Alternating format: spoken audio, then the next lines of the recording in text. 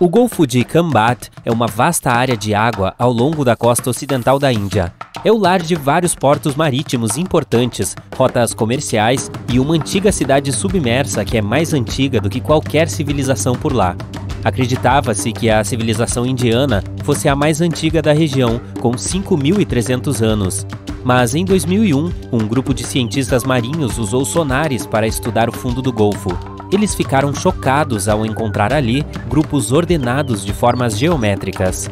Logo depois, enviaram naves especialmente equipadas para explorar ainda mais a misteriosa descoberta.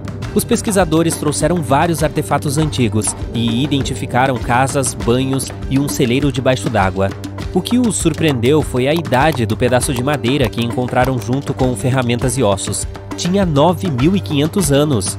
No entanto, alguns cientistas duvidam que o pedaço de madeira seja um sinal de uma civilização antiga desconhecida. Costumava haver florestas naquela área, e aquele pedaço de madeira pode ser apenas um pedaço de madeira. Ainda assim, se aquela cidade foi construída há tanto tempo, a história conhecida teria que ser reescrita. Quando os foguetes da missão Apollo foram enviados para a órbita da Terra e da Lua, nas décadas de 1960 e 1970, seus motores não puderam compartilhar a glória. Eles se separaram e caíram bem no meio do Oceano Atlântico. E esse teria sido o fim da história deles, se não fosse por Jeff Bezos. Em 2012, o CEO da Amazon liderou uma expedição privada para encontrar e recuperar os motores perdidos. Ele nunca falou a razão, e muitos pensam que ele fez isso apenas porque podia. De qualquer forma, a expedição foi um sucesso. Alguns anos depois, os motores F1 do primeiro estágio foram levados para um museu espacial no Kansas para conservação e posteriormente transferidos para o Museu de Voo de Seattle. Todos são bem-vindos para dar uma olhada nesses grandes artefatos da era das viagens lunares. Agora, este não é sobre o mar ou o oceano, mas sim um lago, o Lago Michigan. E prepare-se para um choque. Um verdadeiro Stonehenge foi encontrado sob sua superfície em 2012. Tudo bem, isso foi sensacional, mas não é verdade. De fato, mergulhadores descobriram uma estrutura em forma de V bem pequena, composta por várias pedras verticais. Uma delas tinha o que parecia ser a escultura de um mastodonte. O que inspirou muito mais os cientistas foi uma descoberta no vizinho Lago Huron. Eles encontraram no fundo um acampamento de caçadores pré-históricos. Locais como este pontuam a América do Norte, mas este em particular estava impressionantemente bem preservado. Os mergulhadores até encontraram fogueiras com carvão. Um rio correndo sobre a terra não surpreende ninguém. Mas que tal um rio subaquático? Em 2016, pesquisadores localizaram um canal de águas profundas no Mar Negro e decidiram investigá-lo. Para sua surpresa, eles descobriram que era um rio de verdade, uma corrente forte e larga correndo ao longo do fundo do mar. É formado pelas águas mais salgadas do mar Mediterrâneo que desaguam no Mar Negro. O sal torna esta água mais pesada, resultando em uma forte corrente submarina. Se estivesse em terra, estaria entre os 6 maiores rios do mundo. Tem até cachoeiras submarinas. A dorsal mesoatlântica é a cordilheira mais longa do mundo. No entanto, as chances são altas de você nunca tê-la visto, a menos que você seja um mergulhador profissional. Esta cordilheira está escondida nas profundezas da água do Oceano Atlântico, entre as Américas e a África. A cordilheira submarina é em grande parte inexplorada, então há muitos mistérios esperando para serem descobertos por lá. E um deles foi recentemente trazido à tona. Estranhos minúsculos buracos no fundo do mar dispostos em linhas retas em intervalos iguais. Eles podem ser formações naturais, mas pequenos montes de sedimentos ao redor deles sugerem que alguém ou algo os escavou por suas próprias razões incógnitas.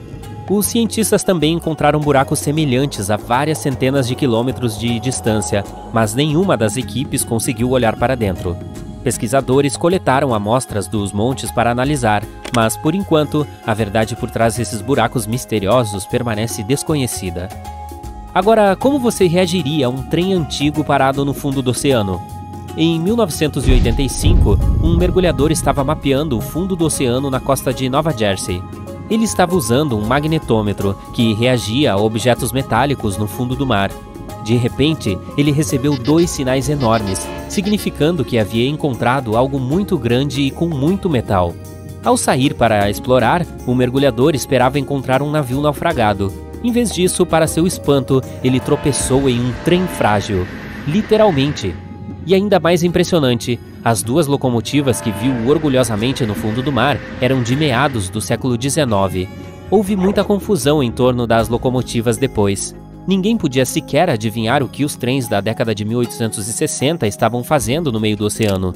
Mas havia um fato ainda mais intrigante. Não havia nenhum registro deles sendo despachados por navios ou mesmo sendo construídos, e nenhum navio naufragou na área na época. Não se sabe até hoje como eles chegaram lá. A teoria mais plausível é que estavam sendo transportados de Boston para Nova York quando uma tempestade os atingiu. Os trens foram provavelmente levados pela barcaça que os transportava e acabaram no fundo do oceano.